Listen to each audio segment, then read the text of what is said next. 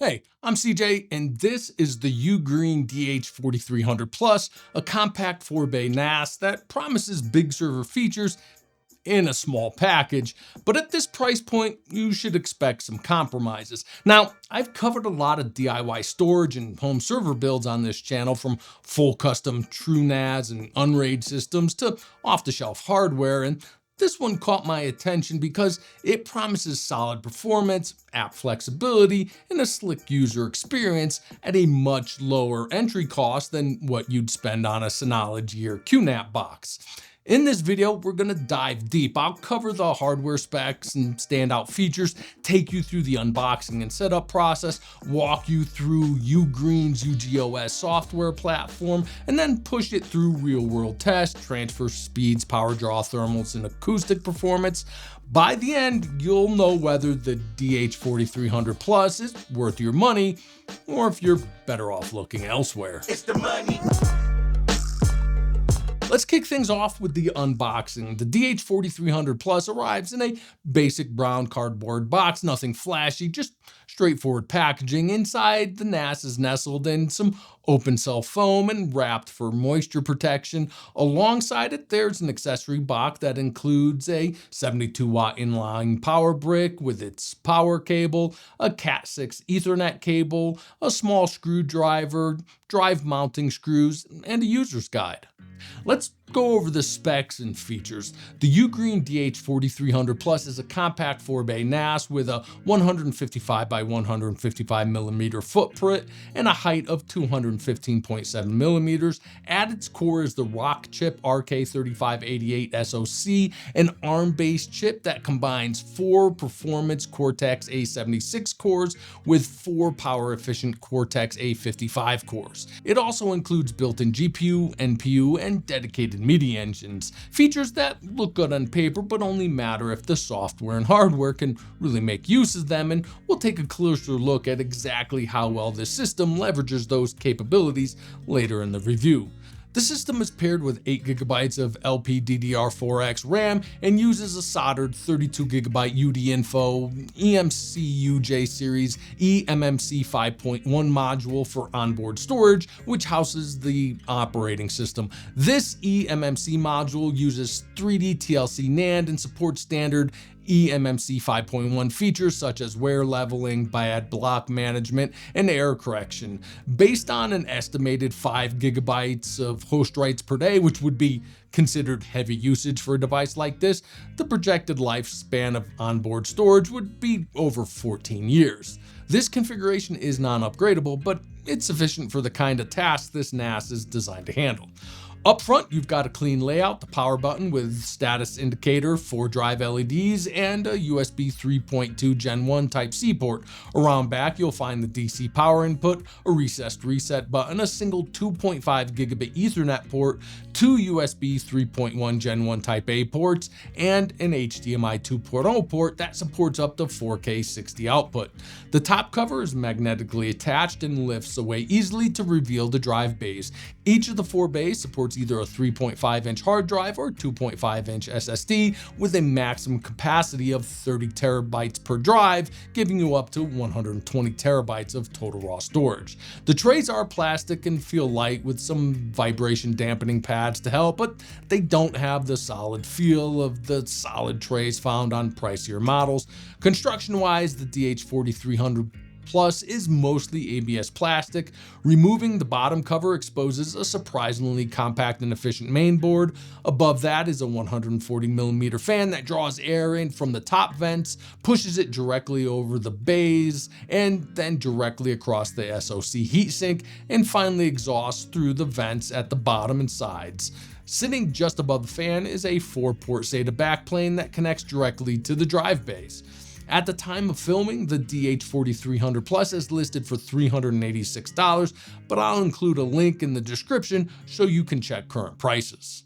Now, before we get into setup, just a quick bit of transparency, UGREEN did send me this NAS for review and asked that the video go live today, but despite their best efforts, that's where their involvement ends. They didn't pay me, they don't get to preview the video, and they definitely didn't have any input on what I say here. Everything you're seeing is based on my own testing, experience, and my conclusions.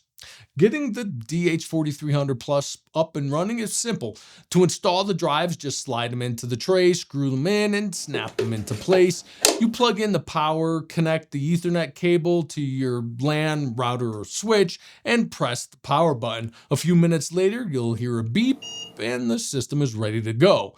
You can complete the setup using a browser or the UGREEN mobile app. On desktop, just go to find.ugreen.com and it'll automatically detect your NAS and show its IP address. From there, you'll launch into a quick setup wizard, give your NAS a name, create a user account, and bind an email address.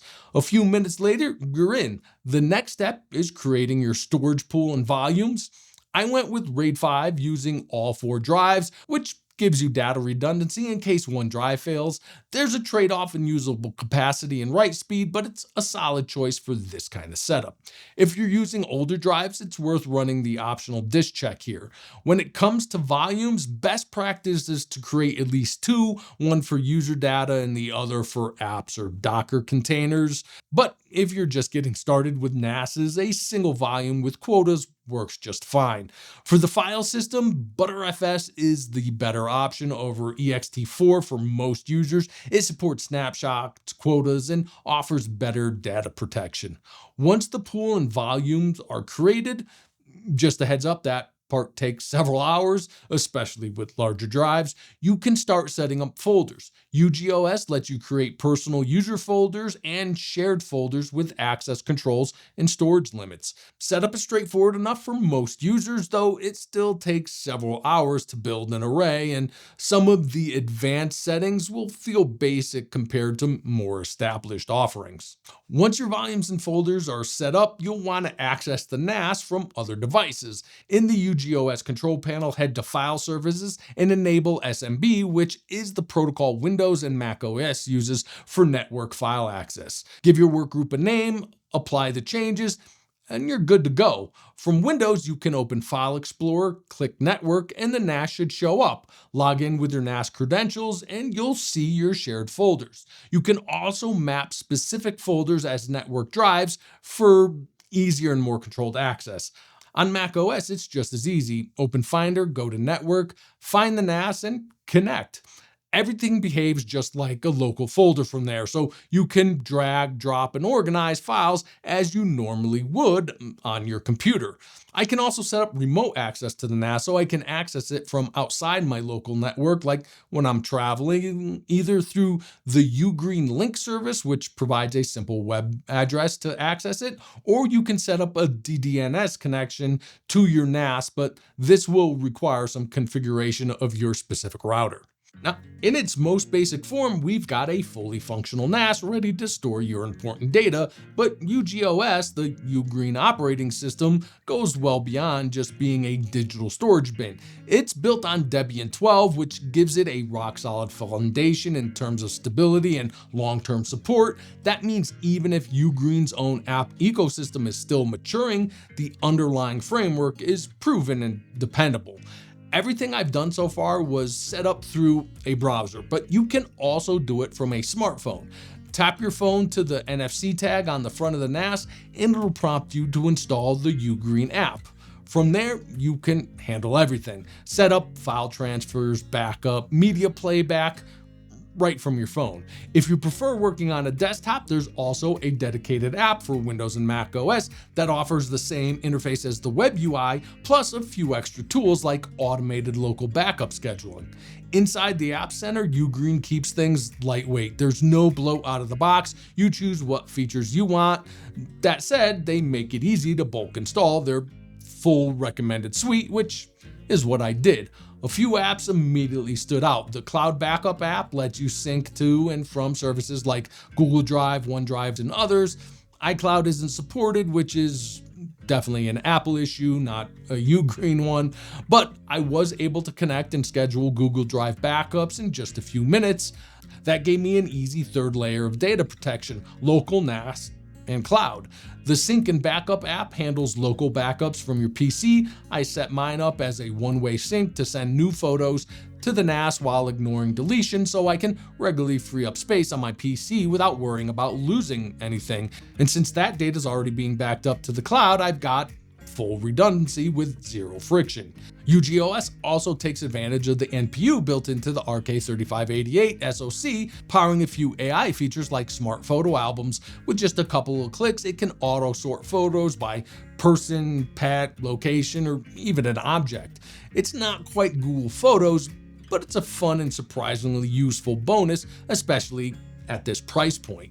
The Theater app is a highlight. It gives you a Plex or Jellyfin style experience without the extra setup, though it lacks their broader plugin ecosystem and fine-tuned transcoding controls. It works like a simplified version of those apps. Drop your media files into the right folder and it pulls metadata, builds a library, and gives you a clean, browsable UI. You can stream it from other devices on your network or remotely using the UGREEN link. But what really sets it apart is the HDMI 2.0 output. You can plug the NAS directly into a TV or monitor and control everything through the mobile app. So if you want a local media player that doesn't rely on your home network bandwidth, or you just don't want to mess with setting up Jellyfin, this gives you a plug and play solution right out of the box. Beyond that, I installed the Snapshot app for file versioning and the Security Center for basic viral scanning and health monitoring and alerts. The App Center is still pretty minimal compared to what you'd find on Synology DSM or QNAP QTS, but it covers the basics well. For more advanced user, UGOS also supports Docker, so you can run containers to expand functionality. Just keep in mind, this is an ARM-based SoC. Not every container will run, especially if you're trying to use x86 apps or resource-heavy services. Overall, I'd say UGOS is well suited for beginners. It offers a clean interface, core functionality, and enough apps to handle what most home users need. But if you're coming from Synology or QNAP, the limitations are clear. You won't find support for advanced file systems like ZFS with self-healing or flexible RAID options. There's no true virtualization platform, no domain control integration, no granular enterprise backup tools, and the productivity and surveillance apps aren't nearly as mature. Cloud Sync is there, but its basic media playback works well, but the ecosystem as a whole is still young. That said, UGOS nails the essentials: file sharing, RAID management, Docker, and media streaming. And for most home users, that's probably enough. It doesn't try to compete with full-scale enterprise NAS platforms, and honestly, that's probably a smart move. It stays simple, responsive, and functional without overwhelming you with features you may never use. Now, before I wrap this up, let's circle back to the hardware and take a look at how the DH43 Plus actually performs. Starting with read and write speeds, I ran my test using a Mac Studio with a 10 gigabit connection to my local network. The DH4300 Plus was connected via a 2.5 gigabit link to the same network switch. Taking an average of small, large, and mixed file transfers along with some disk speed benchmark utilities, the DH4300 Plus delivered an average read speed of 243 megabytes per second and an average write speed of 248 megabytes per second. That's over 75% of the theoretical maximum for a 2.5 gigabit connection, which tops out at 312.5 megabytes per second. Realistically, that's right up near the ceiling of what this setup can do. The remaining 25% of that speed is accounted for by SMB or NFS protocol overhead, drive latency, RAID 5 parity calculations, and other small bottlenecks. In terms of its core function, moving data, the DH4300 Plus performed as expected for this class, delivering around 75%, a theoretical maximum for a 2.5 gigabit connection. I also tested the built-in media player or theater app with a variety of file types. For media using natively supported codecs, the internal media engines handled playback smoothly with minimal system overhead, even for 4K HDR content. When transcoding was required, CPU ranged between 30 and 40%, and that's good for a single stream, but if you're hoping to transcode multiple streams or more demanding codecs simultaneously, you'll run into the limits of the CPU quickly. The heaviest workload I ran transcoding a 4K video stream while performing a large file upload across all 4 drives pushed the CPU to about 70%. Even then, temperatures remained stable, never climbing above 40 degrees Celsius in my 22-degree studio. After several hours of continuous reading and writing, the drive temps stayed in the mid to upper 30s. Overall, system thermals stayed cool, and even at peak usage, power draw from the wall hit just about 30 watts. That was with all 4 drives under load and the CPU pushing that 70%. At idle, power draw hovered around 20 watts, most of which was the standby power to the drives. With the drive disconnected, the system itself idled between 3 and 4 watts. And if you're concerned about energy use, it's actually pretty efficient, with power draw averaging around 21 watts depending on the workload, assuming a 75% idle, 25% active duty cycle. That works out to just under $30 a year in electricity cost, assuming an average US power rate of 16 watts per kilowatt hour. That's about the same as running a Wi-Fi router or low power LED TV 24/7. Noise-wise, the system was very quiet. Ambient noise levels in my studio sit around 42 dBA, about average for a suburban residential area. At idle, fan noise was nearly inaudible, measuring just 32.9 dBA. During normal drive access, noise spikes slightly to 42 or 43 dBA, which blends in with the background. When I manually cranked the fan to full speed with all the drives spinning, the system peaked at about 52.2 dBA.